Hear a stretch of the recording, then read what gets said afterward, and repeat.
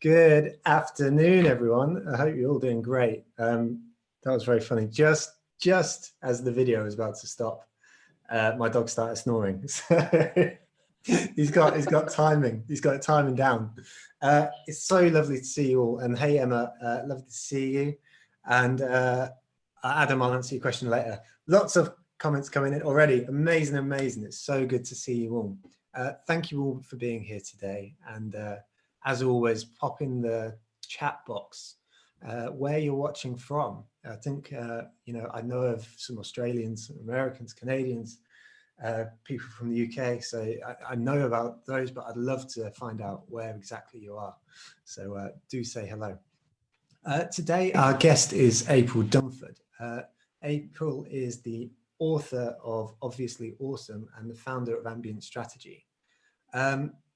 Now, quite often when you get marketing speakers along, one of the things that people will feed back to me every so often is that you know that they can speak a good game, but sometimes there's not always the evidence of them operating in the trenches.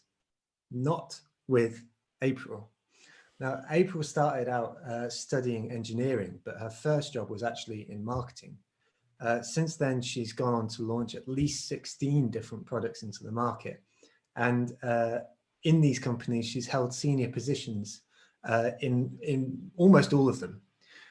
Today, she offers her knowledge to incredible tech companies around the world and companies in general, but not least one of our favorites is Redgate Software, who sponsor and have played an important part in the Marketing Meetup story. It was in fact those guys who gave us access to their servery for our first ever event. So, they're an incredible company and we're really grateful for them. I actually first came into contact with April at a workshop that she did last year, I think it was, with my former employer, Business of Software. And on that day, I left the room with two revelations. The first was that most people don't have a blooming clue about their positioning. It was amazing. It was really, really interesting to sit around there. But the second thing was, I was sat there as a marketer who sort of thought, yeah, you know what, I know about positioning. But you know what? I walked away with a whole bunch of stuff that I needed to address there and then if I wanted the Marketing Meetup to thrive. Hopefully by the end of this talk and this session today, you'll feel the same. I have no doubt you will, because April is blooming amazing.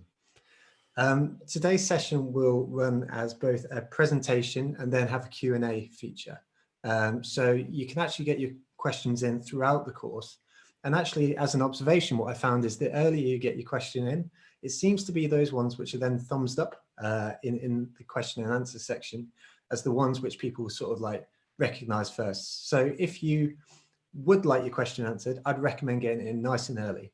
You do that by finding the Q&A feature down below.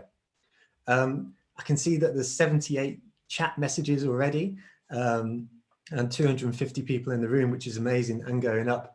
The one thing I'd encourage you to do on the chat feature is just make sure that you switch it to all panelists and attendees. That means that everyone can see your comments and you can sort of chat between you as the session goes on. I've really, really loved seeing how people have done that these past few weeks. So do take the opportunity to do that. Finally, before I pass over to April, I just want to thank the sponsors, every one of whom have been unbelievable.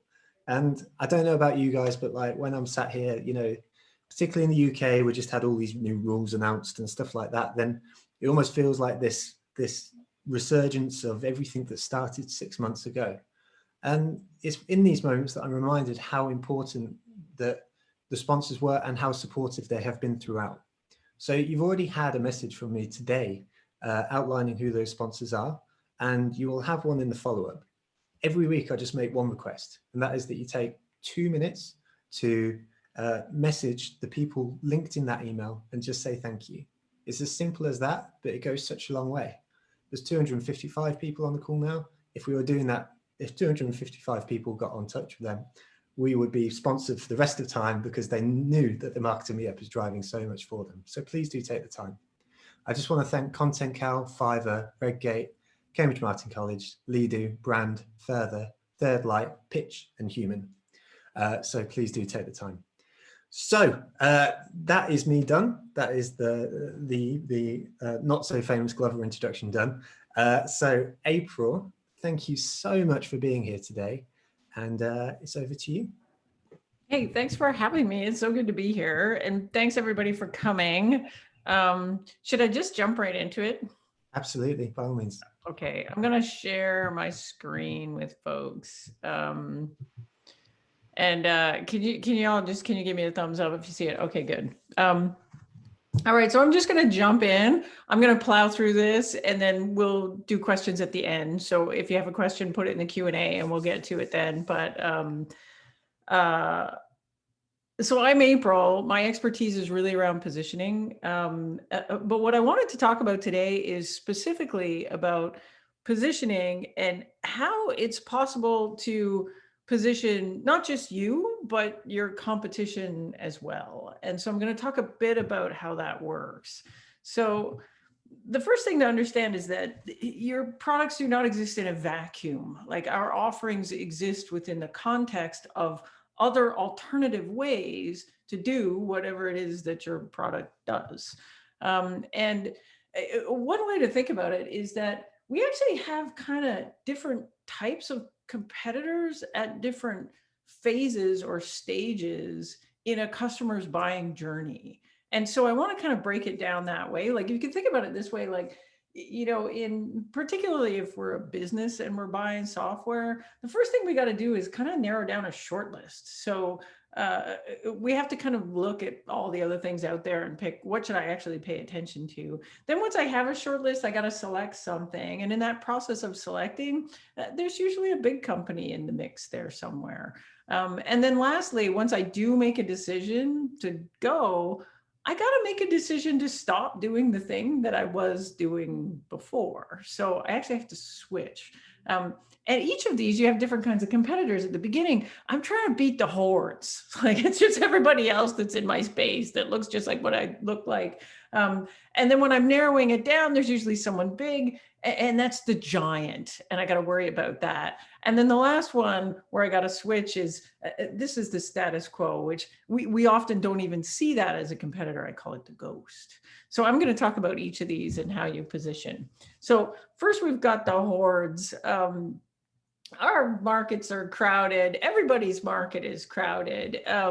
In fact, people talk about how crowded markets are, but I don't think we feel it in our gut. So this is an example of just one tiny corner of the software universe, just the solutions for marketing problems. But then there's 7,000 companies in there. Imagine you're a buyer, you're trying to make sense of this thing, and you might think, oh yeah, that's just marketing tech, April, that's really crowded. And it's like, nah, sales tech is crowded too. Here's data and AI. I met a guy at a conference once, and he said, well, we're really specialized, like what we do is drone technology. And I was like, maybe it's not that crowded in drone tech. No, it's crowded in drone tech too. I found a chart for you too. So how do you actually stand out? Like, how do you make sure people understand what you do versus everybody else?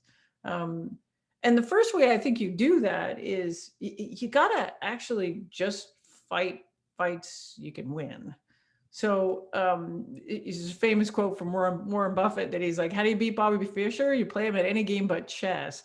Interestingly, we are often unintentionally trying to play chess against Bobby Fischer. So we are often unintentionally positioning our products in such a way that we're literally positioned in a game we can't win. So I'm going to give you two examples. So the first one's really stupid. It has nothing to do with tech. And the other one does have something to do with tech, but the first one is kind of illustrative, and I'm just going to do that as an example. Bear with me. So here's how it goes. Let's say I'm not in tech. I'm actually a baker. And I woke up in the morning and I'm like, cake is my thing. That's my thing, cake. And I woke up this morning and I'm like, you know what?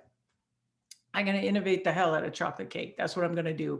And what I really want to do is I want to make cake that isn't like dessert. It's more like a snack. And I'd like to make it portable so I can eat chocolate cake in one hand, drink my coffee in the other. And I innovate, I experiment, I come up with this thing, and it's here on the right-hand side of the chart. I don't know what I'm going to call it yet. but this is my innovative cake thing. And so it's genius. I give it to customers and customers are loving it. And I decide I'm going to go call the gal at Starbucks that's in charge of distribution of like snacky things. And I'm going to call her and say, and sell her on my cake innovation. So I call up the gal at Starbucks and I'm like, hey, Starbucks lady, I got this amazing innovative cake. It's amazing. It's innovative cake. And here's how I did it. I took cake and I thought, what if we took cake and we just made a tiny morsel? And so I got a little tiny morsel of cake. And then I decided, but I wanted to make it portable. So what I did was I gave it kind of a handle. It's not really a handle. It's more like a stick. So I took the cake and I stuck it on the stick and I put some sprinkles on it and stuff. And what I have is this revolutionary new cake on a stick. It's fantastic. It's cake 2.0. It's an innovation and a miracle in cake. And what's the Starbucks gal thing? She's like, nope, no, it ain't. No, it ain't. That's actually cake doing things cake wasn't supposed to do. That's Franken-cake. That's what that is. And why does she think that?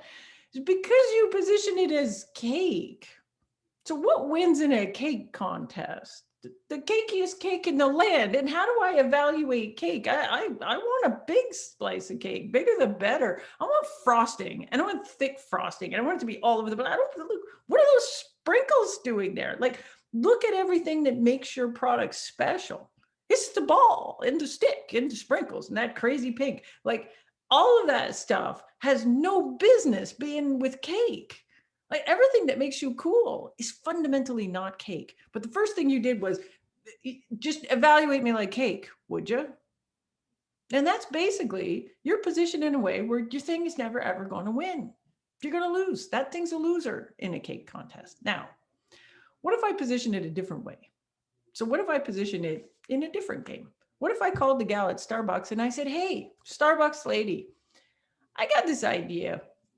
And you know what it is? It's actually a lollipop, but it's not for kids. It's for grown-ups at the coffee shop. So I made it out of cake. That's different. That's totally different. I have totally different expectations for that thing. I don't expect it to have all kinds of frosting. There's no frosting on a lollipop. Of course it's got a stick. Of course it's got a ball. It's the lollipop. That's what we know about it. And if I'm in a contest for lollipops at the coffee shop for grown-ups, that thing's a winner.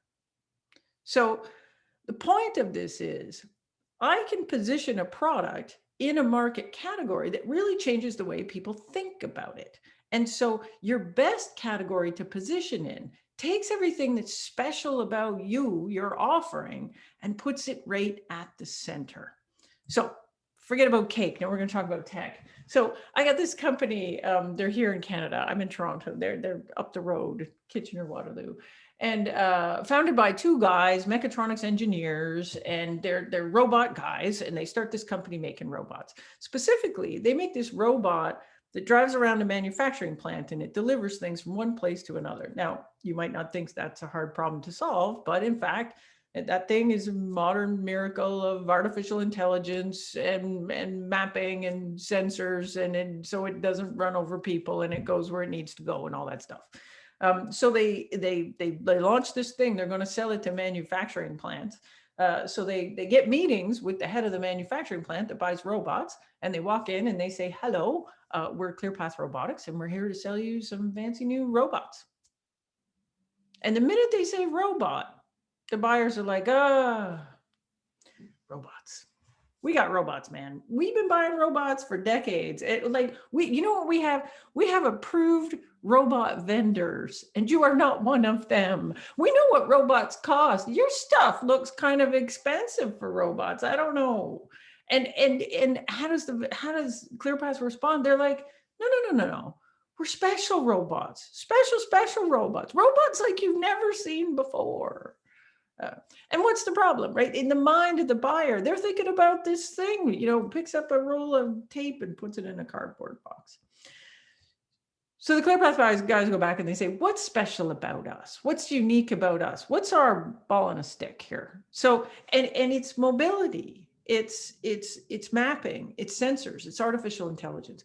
What drives around and is full of mapping and sensors and artificial intelligence? And what they realize is maybe what we've built is a self-driving car, or in their case, autonomous vehicles for industrial uses. Now, if I position it that way, well, of course it drives around. That's what autonomous cars do. Of course it's full of mapping and sensors and artificial technology. Of course it costs more than that thing on the left. Of course I wouldn't expect my vendor of that thing on the left that picks up a roll of tape and puts it in a cardboard box. It's nothing like that. What I love about this example too is I love the way they followed through on the positioning with everything all the way down to the industrial design. So you can see the vehicle itself has these white headlights and red brake lights, which in fact do absolutely nothing. They're there strictly to drive home this positioning of this thing is an autonomous vehicle. So how do we do this? Like, how do we find our best market position? I define positioning this way. It is highly misunderstood positioning, and figuring out your best position is not intuitively obvious. I define positioning like this. Positioning defines how your product is the best in the world at delivering some kind of value that a well-defined set of customers cares a lot about. Now that's a mouthful. And the reason it's a mouthful is because positioning is actually comprised of 5 component pieces. I can break it down this way. I have, what are my competitive alternatives? So what are the alternative ways of doing what I do? What's unique about me? So what are my unique features? What have I got the alternatives don't have? And then there's value, which is so what for customers? I got these neat features, but why does a customer actually care? This is the thing I'm the best in the world at. Next thing is, who cares? Like, you're not the best in the world for everybody. You're the best in the world for certain people. So what's your customer segmentation? Who is it you're trying to sell to? And then lastly, market category.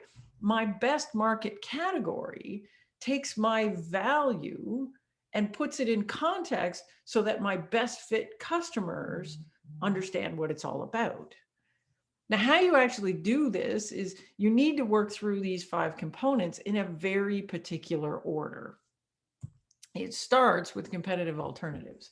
Now, when I say competitive alternatives, I don't mean competitors, which sometimes we have straight competitors, people we compete with directly in a market. But a lot of times the competitive alternatives are not other, it's not other software, like particularly if we're selling software to businesses. Most frequently, we're competing with Excel spreadsheets and interns. If we get this wrong, then everything downstream is wrong. So if I'm positioned against some other software and I say, yeah, you should use my software because my software is way easier to use than that stuff. But then in the minds of customers, what you're really competing against with is the intern. It's going to be hard to be easier to use than the intern. The intern's pretty easy to use. You're like, Joey, fill out the spreadsheet. So you need to understand the starting point and then say, okay, what really is the difference between me? Like, why should you stop using Excel spreadsheet to use me, right? Why should you stop doing this in kind of a half-ass way with your accounting package versus using me? Once you understand that, then you can say, this is what makes me different. I can take those features, map them to value. Here's why you care. Once I have that value, then I can say, well, who cares about that value? That's my customer segmentation. Once I have that, I can say, how do I contextualize this product so this value is obvious to these folks? Positioning is like a giant topic in itself, and that's not the only thing I want to cover today. So if you want to go deep down the rat hole of how to do positioning, I wrote a book. You could buy it for like $7 or something and go nuts. Moving on. So you're trying to beat the hordes. So the first thing is, I got to play a game I can win. So I need to be positioned in a way that people understand this is where you should choose me. Here's the second thing. How you beat the hordes is you can teach the hordes, you can teach customers how to buy. And this is kind of an interesting concept. Like when you think about it, most of the things that we sell, the buyers that are buying our thing have actually never bought a product like that before. Like I worked in a company where we sold customer relationship management software. People buying CRM, the buyers have never bought CRM before. You don't change it all that often. So they go to buy it and they're like, how do we actually make a short list? I don't even know what features are important and what features aren't important. And how do I make a short list? So what do? Well, they go look at charts like this. Is this helpful? Does this help me narrow down a short list? Well, hell no, it's actually the opposite of that. So that's not helpful. Even if I said, you know what I'm really looking for? I'm looking for sales enablement software. So I just look in the little box that says sales enablement. Well, it's a little bit better. It's not 8,000 things anymore, but it's still terrifying. I can't look at all these things. There's too many of them. So that's not helping me out. Maybe I go Googling around and I end up at G2 Crowd or Software Advice or one of these comparison sites. And I mean, this is maybe a little bit better, but holy cow, like first of all, I've got these grids and it says market presence and satisfaction. And everybody's over here on satisfaction. So all these guys are doing a good job making customers happy. Market presence, do I actually care about that? Sometimes I do. Just give me the top one. But a lot of times the top one's too expensive. Top one's for great big companies. I'm a little wee small company. Top one's not for me. How do I even figure that out? From looking at this, I don't know. The worst part about these sites is they'll say, oh, there isn't just a grid for sales enablement. There's 19 grids that relate to sales enablement. So I actually have to look around 15 different grids. These things were designed to confuse customers. They actually make money on customer confusion. The more you click around, the more leads they have to sell. So is this helpful? No. And if you, as a vendor, how comfortable do you feel about having these folks own how you define a market? What if you don't think you are sales enablement and you're stuck here in the grid with everybody else and you're like, I don't even compete with these people, and now I'm on the grid here. So this isn't helping. So who knows a lot about how customers should evaluate products? You do. Vendors do. You spend all day thinking about this. You spend all day looking at all the other competitors. You built your product as an alternative to the other competitors because you thought they were stupid and your thing was better. And the world needed a better CRM. It needed a better email. It needed a better whatever for these sets of reasons. So we don't like to give our opinion on this. Like, we don't like to go out and say, you know what, you shouldn't buy them because of this and you should buy me because of this. But here's what's crazy. We don't give that opinion because, well, we're biased. Who would believe us?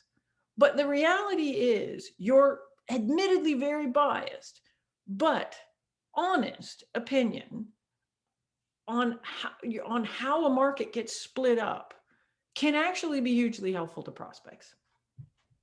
Now, the trick here is you got to be honest about it. So here's an example. Let's say I'm a vendor in this sales enablement space, and I'm like, you know what? These things don't even belong in the same box. They're all different. I know this because I'm a vendor in this space. I could communicate my point of view to customers like this.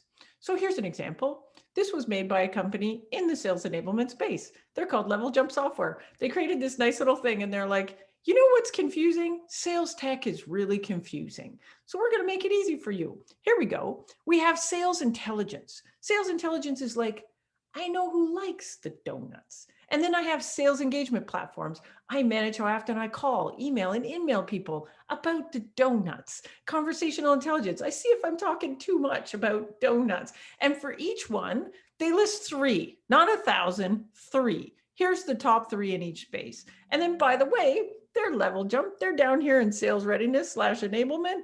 I trained to become the master of donuts. If that's what you want, then here's 3 companies you should look at. By the way, I'm one of them. Now, they're happy to do this, and they name their competitors because they know they got something on their competitors. And if this is what you want, we're actually a better solution for you. Here's another way of looking at it.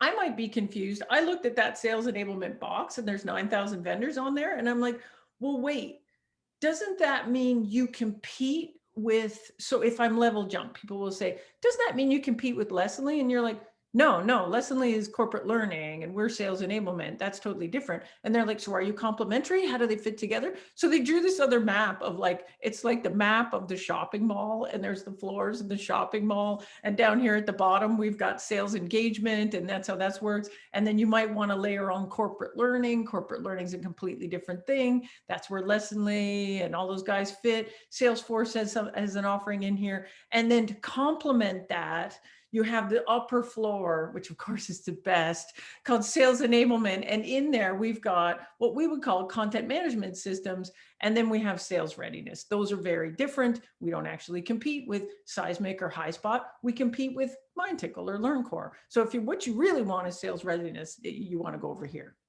Now, if I'm HighSpot, do I actually position myself as a content management system? No, I don't think so.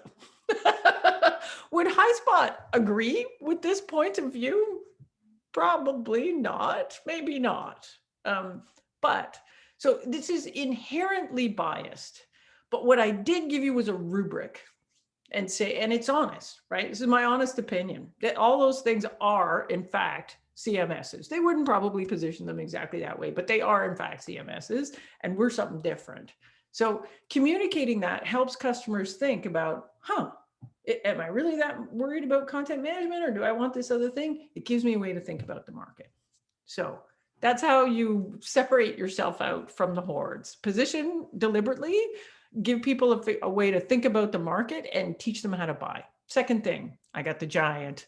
The giant is like the big guy in your market. And no matter what happens, you're up against a big person. Like it's usually not, the competitor is usually not direct in your space. Sometimes you do have one. Sometimes it's like a thing in space that isn't meant to do this, but people are making it work. Like I shouldn't really do all my whatever using my accounting system, but I can because they got a thing that kind of does it. And the thing about the big one is it seems safe. It seems easy. I already got it half the time. And so here's what's interesting. You can position those guys too. You can position them too.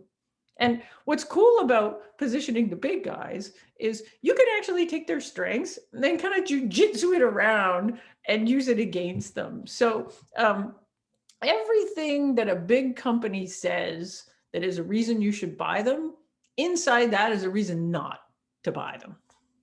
So the big company says, we're proven that we have so many, we've been doing this for 20 years, man. We've been doing this for 20 years. And you know what that is? That's legacy shit. That's the old stuff. Really? You want that? Do you think there's anything new and innovative in that stuff that's been around for 20 years? They say they're market leading. You're like, general purpose. It's unspecialized. Everybody uses their stuff. You don't want the thing that everyone uses. You got special needs. And here's what I got for you. They talk about being feature rich. I used to work at IBM. And at IBM, we'd have a drop down list with literally 9,000 things on the list. And we'd say, look at all those features. Little startups would come in and compete against us and say, do you need all that stuff? Look at how hard that is. Look at how complex that is. It's super hard to use. Yeah, lots of features, but do you need them? Trusted by many, slow to innovate.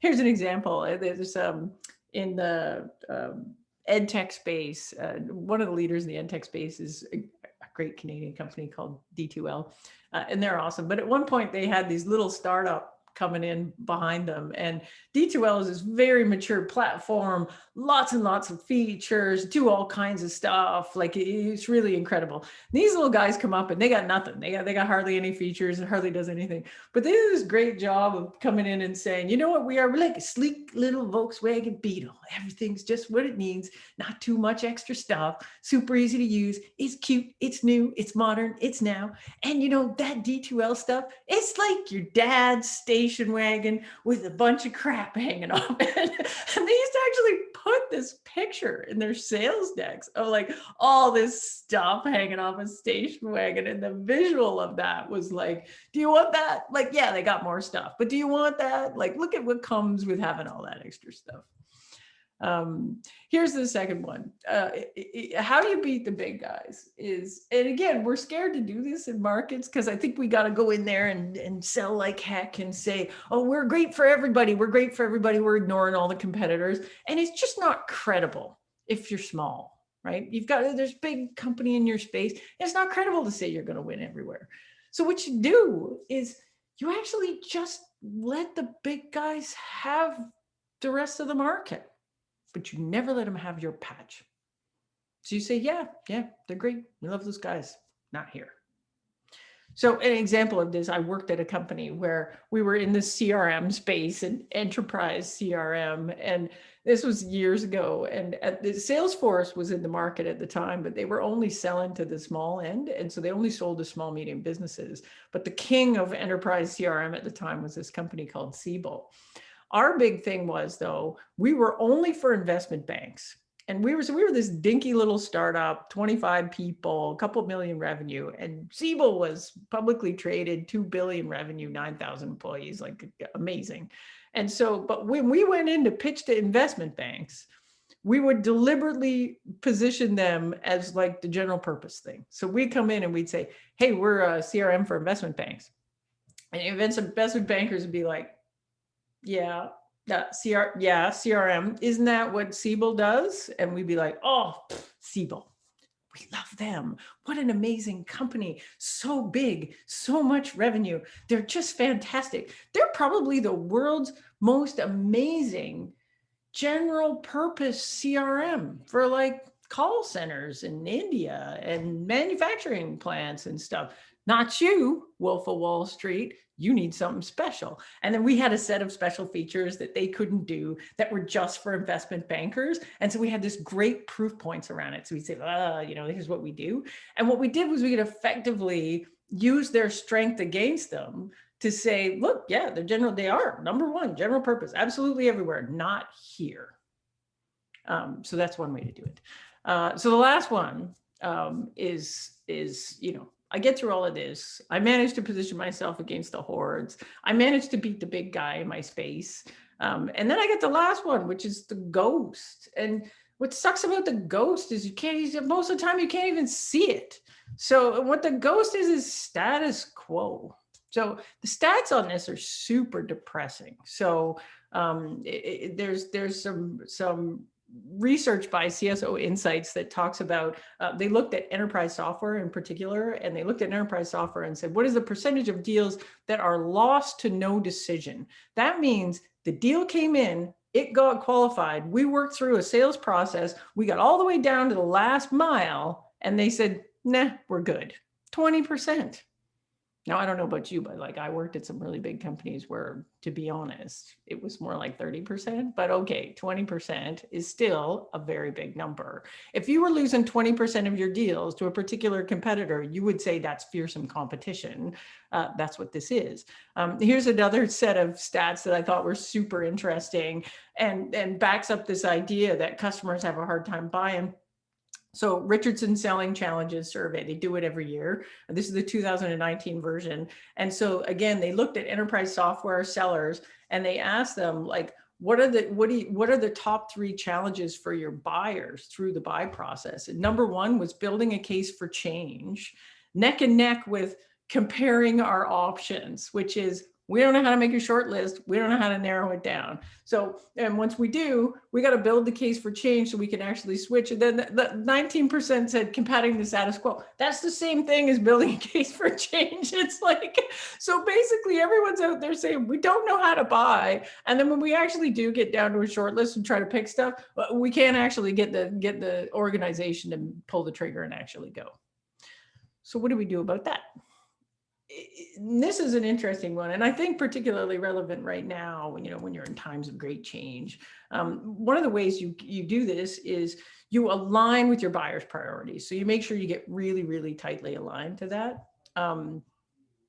Here's an example. So I actually sit on the board of this startup, so they're close to my heart.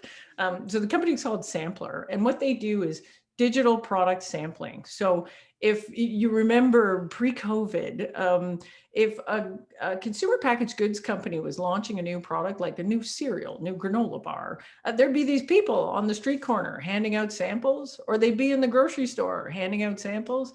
This is a billions and billions and billions of dollar market for consumer packaged goods. What Sampler does is a way to do that in a digital manner, which gives you way better intelligence about who took the sample, what happened to the sample after, did they actually buy some stuff. Part of their thing, though, is the way they do this is they match people to samples, and then they send them the sample to their house. So COVID hits. All of a sudden, sampling has been completely wiped out. Like, we don't know. And most of these big CPG brands are like, oh Lord, how do we do sampling now? We can't exactly have somebody standing on the street corner in a hazmat suit saying, take my granola bar, please. We can't do it in the grocery store anymore, the immediate end to that. And so all of a sudden, all of the immediate reaction of the industry was, we're just not going to do sampling at all anymore. And so Sampler stepped up and essentially positioned themselves as contactless sampling. So they started writing about it. They're in the news. They're talking about stuff. They're like, future of beauty testing, say goodbye to in-store sampling. We're not going in to put lipstick on our lips from the tester anymore, are we? And so this contactless product sampling is now a must-have for brands, blah, blah, blah. This resulted in a massive uptick in inbound inquiries from big CPG brands looking to figure out a way to do contactless sampling. And in the middle of a pandemic, these guys actually did manage to raise a round of financing as well, which was pretty cool. That's it. In summary, I got three kind of competitors. I got the Hordes. You need to position deliberately to beat them. I got the Giant. I can turn their strengths into a weakness. That works pretty good. And then I got the Ghost. What I got to do there is align with my company's the company's priorities to make sure that what I'm doing is a priority. Here's my email. You can follow me on Twitter, whatever. I'm going to stop sharing, and we're going to go to questions. That's it. Get me on my toes there, April. You were right at the end there, and you were like, "We're stopping." I was like, "That's it, done. We need time for questions." Amazing. Well, thank you very much, April. And first of all, like, you should have seen the comments from folks. I think you've done both the cake and the donut market some favors. I just did this talk as a version of this talk with this group in Australia, and the entire chat stream was, I'm so hungry, I need donuts. Why aren't we getting donuts? And then they actually had, then they were like, why is this a virtual conference? If this was a real conference, we'd go out at the break and eat donuts. Well, they obviously need Sampler to be sending stuff to their homes. Yeah, Sampler should be sending there you are. cake pops to everybody. Look at that. So folks, we've got time for Q&A. There's already 16 questions open. Please do take the time to use the thumbs up feature in the Q&A so I can ask the questions that you are answering the most. So I'm going to take the first one from, in fact, my good friend Baz from Bravo Marketing, who, one of the most creative, wonderful human beings I know. In any case, he says, and it's no doubt a problem that you solved before, April. He says, how do you position positioning to the board, who may perceive positioning as another bit of fluff from the crayon department? Yeah. So here's the thing. Like, positioning really is it's business strategy dressed up as a marketing thing. So if you think about it, if I'm going to shift my positioning from, we're not robots, we're autonomous vehicles, or, we're not email, we're chat, like, the marketing department doesn't actually own that. The marketing department can drive it. The marketing department can recognize that there's a problem and then drive an effort to fix it. But it is ultimately the CEO's decision. And so when it gets to the board, it's not the marketing department that's going to be pitching that to the board, it's the CEO. So if you take my the example I used of the little CRM for investment bankers that was competing with Siebel, we originally positioned ourselves as enterprise CRM. And then we repositioned ourselves as CRM for investment bankers. And I'm telling you, board did not like that at all, but they didn't like it because they didn't like that as a business strategy. And it was the CEO fighting it out with the board to make that happen. So in my opinion, as a marketer, you can recognize that there's potential weakness in the positioning. You can essentially drive an exercise, which, like, my book is basically an attempt to have a methodology that you would use internally to drive that exercise to get to good positioning. But then the CEO needs to take it to the board, not you. Or else, you know, you run the risk that it is actually just some fluff from the crayon department. Absolutely. No, that makes so much sense. That's really interesting as well, because it struck me that, you know, maybe as an example of this, then as a positioning exercise, then you gave the example of the not robots, you know, and we are driverless cars, but that wasn't just a repositioning exercise. You gave the example of the headlights and the brake lights as well, which fed into the product. Touches everything. So it touches everything. If you think about it, like, you know, most of the repositioning that I've done, you know, we started with a shift in the story, but that shift in the story changed the roadmap going forward. It changed the pricing model quite often. Sometimes it changed the entire routes to market. Like, you know, the pricing went way up and then we needed to sell it direct with salespeople, whereas before we could sell it zero touch off the website. So, you know, when you do a positioning exercise, you need to make sure you've got representation there from product, sales, customer success, marketing, and the CEO to come together and work through the exercise so that we're all bought in, so that we all understand how is that positioning actually going to get represented through each of the individual departments. That's amazing. That in itself is an amazing bit of insight. So thank you for sharing that, because I think that'll make a big difference as to how people approach this now.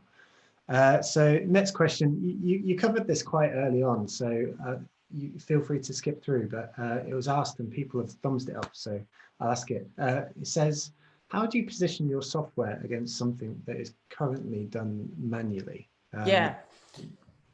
So, and this is very frequent. So if things are done manually, like, so again, for some reason, even when we're competing against things that are done manually, we don't necessarily just come right out and say, look, here's the problem you're trying to solve.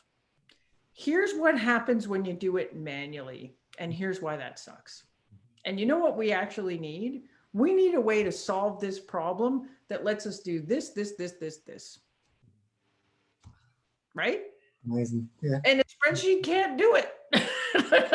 Instead, we're out there saying, we got to do this. Here's all my features, feature. And they're kind of like, yeah, but I get that done with my spreadsheet, right? And instead, what we need to say is, look, what you're actually trying to accomplish is this.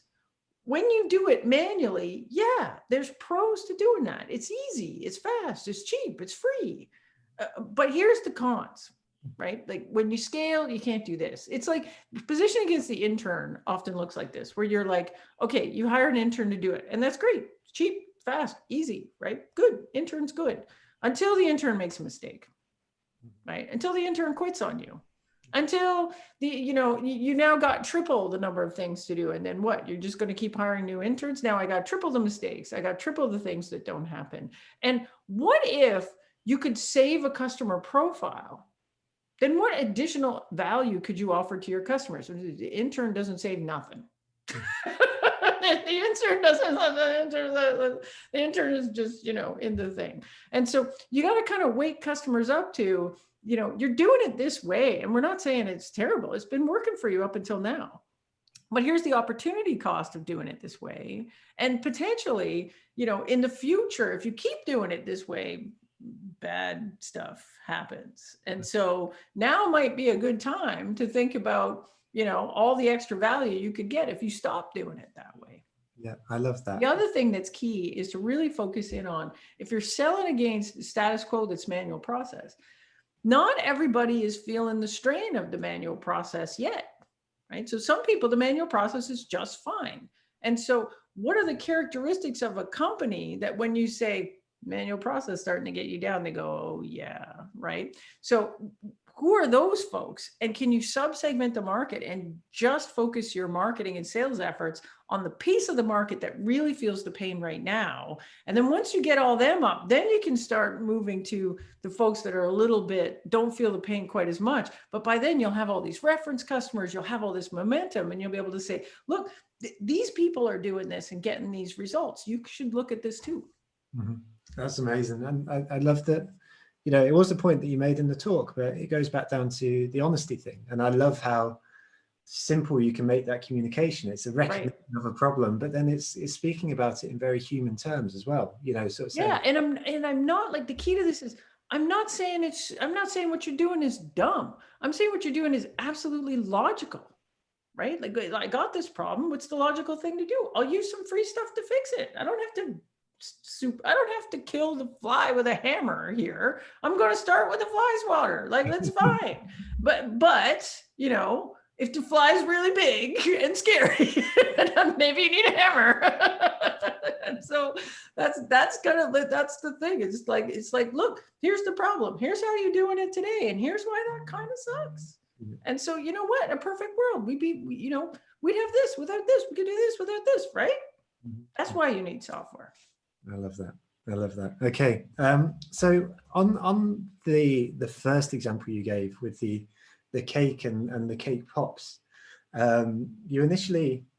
you spoke about selection of category. And I know that, so folks, April has done this very sort of tactfully throughout the course of the presentation, but I'd like to say that I've got a hard copy and I've got an Audible copy of her book. So you should absolutely go and get it, because it's the best read that I've had on positioning. And she specifically wrote it out to give you the tactics. So she didn't ask me to do that, but like that's why she did what she did. Hopefully I'm not putting words in your mouth by saying that. But it's exactly it. Like, I got so frustrated with everybody that talked about positioning to me at the early stages of my career as this kind of like, it was like magic. It just kind of happened, you know, we just know what it is. And I'm like, no, like nothing in my life works like that. Like, I need a process. Step 1, step 2, step 3, step 4, where's that? And nobody had that. And that really bugged me. And so eventually I came up with my own that I used when I was a VP marketing inside companies. And now I'm a consultant and I teach people that, and I work one-on-one with companies and we work through the methodology. But the book is basically that, it's exactly the methodology written down. This is how I do it. Nice. Well, I can see that there's 5 messages already from people who said that they've been downloading it over the course of this talk. So, oh, good. Let me know what you think. Yeah.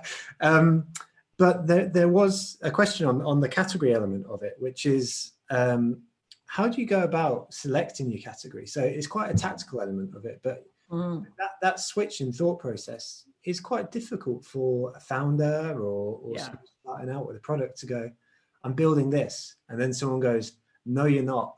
You're not building cake. You're building a better lollipop. You know, how do you go about discovering that sort of stuff? Right. So again, this is why I think you need a structured process. Like, it doesn't just come out of thin air.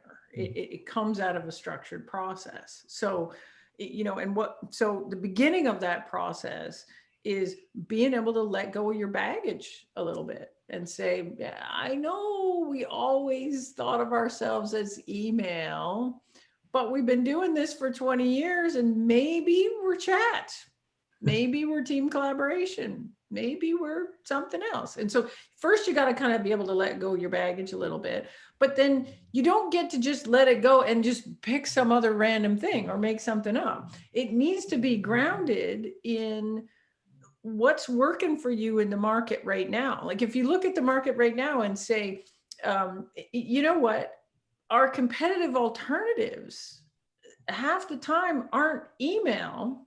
And if you went and talked to customers and said, you know what, if we didn't exist, what would you be doing? And they're talking about stuff in a completely different category from you. Maybe you're in the wrong category. Maybe you're in the wrong category. So you need to start with that. Who do you actually compete with out in the market? If you didn't exist, what would customers do? And then you say, okay, well, if that's what I'm really competing with, then here are the differentiated features I've got, which translates to this value for customers. And if this is the value we deliver, and these are the kind of customers that we're delivering it to, what's the best way to contextualize what we do? Maybe our stuff makes more sense if I call it team collaboration than it does if I call it email, because we don't actually have a calendar, and we don't actually do spam filtering, and we don't actually, like, in the same way that, you know, the self-driving car guys, they're like, robots don't do anything we're doing, and yet we keep calling ourselves a robot and then trying to undo that robot positioning almost immediately. So maybe what we need to do is start from a place where all our strengths are in the middle and then fill out the rest.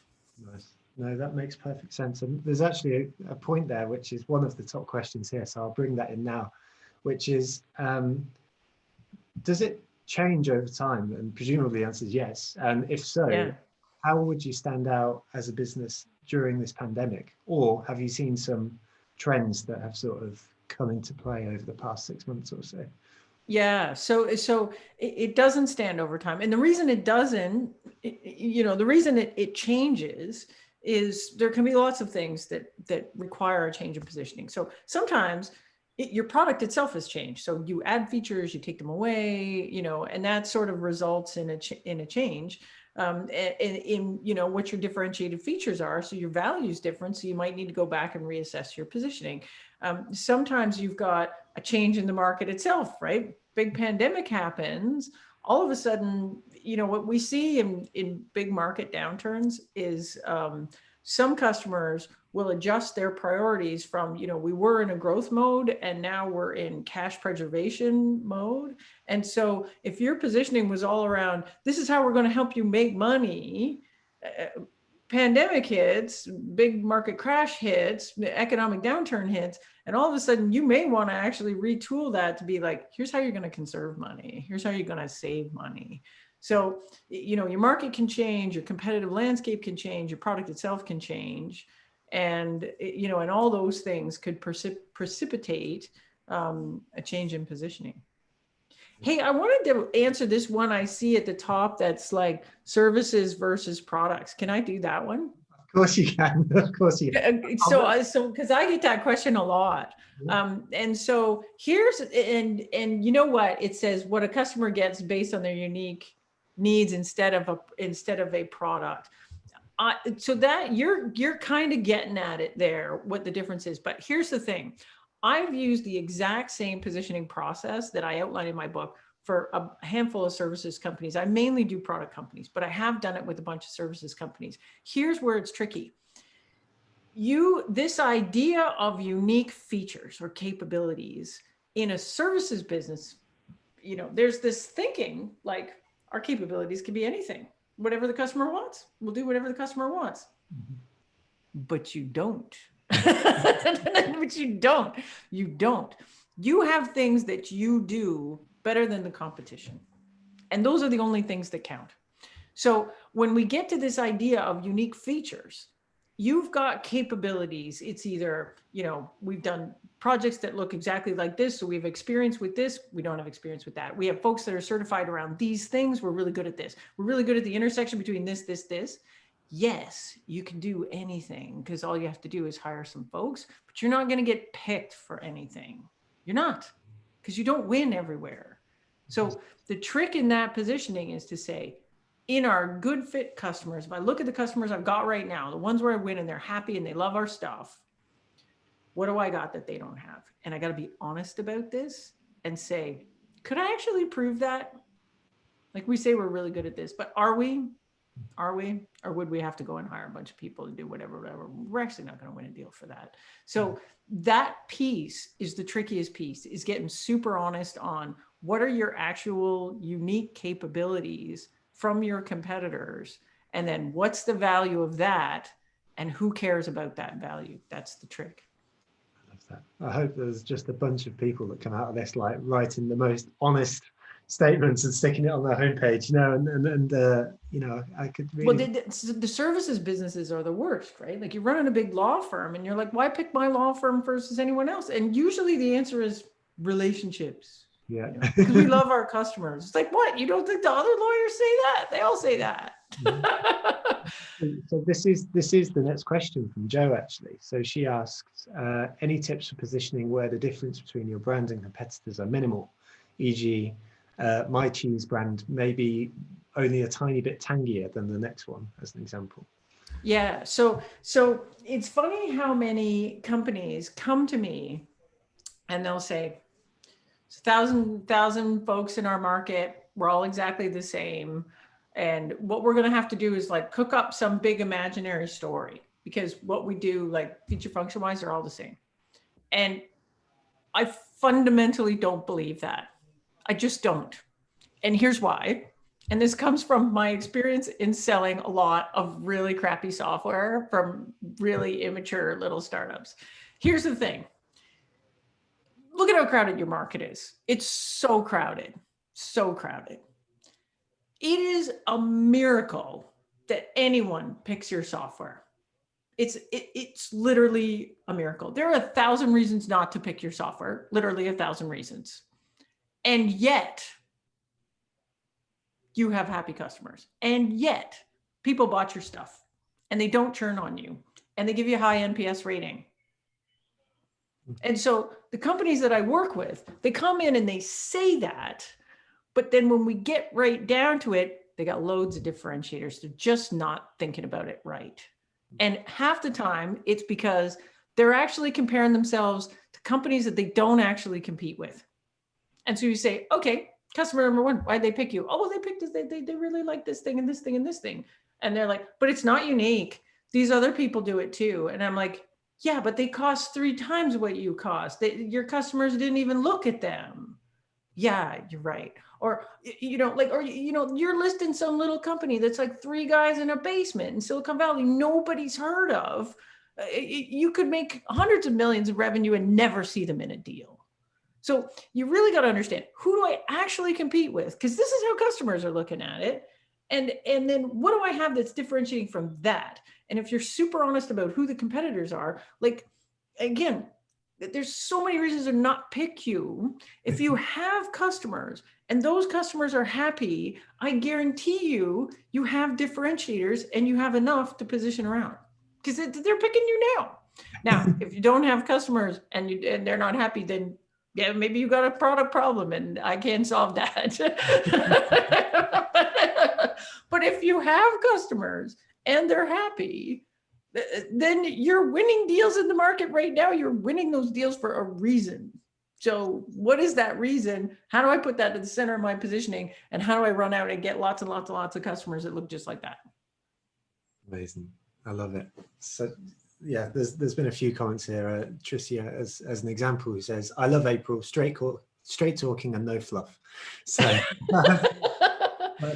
engineer, that's my engineering tendencies. X plus Y equals Z. Just keep it straight. Absolutely works. April, it's 4 o'clock and like it's 11 o'clock. What are you talking about? Yeah. Yeah, I know we're at the end. Yeah, I'm gutted to say that, because there's a bunch of questions. So what I've done, folks, is I have copy and pasted them all, and I'll send them across to April. So whether you answer them directly through blog posts or whatever, you've now got LinkedIn content for the rest of your life, I think. So for the rest of my life, great. But April, thank you so much for taking the time with us all today. You know, it's been really amazing, and I hope you get a second to digest the chat as well, because I don't, because I'm actually late for the next meeting already. But okay, I take your word for it. that's my prompt. I'll send it through. So okay. Thank you, April, and thank you everyone that's been here. Please don't forget to thank the sponsors.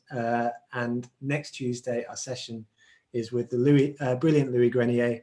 It's going to be fab. April's late for a meeting, so I'm going to let her go.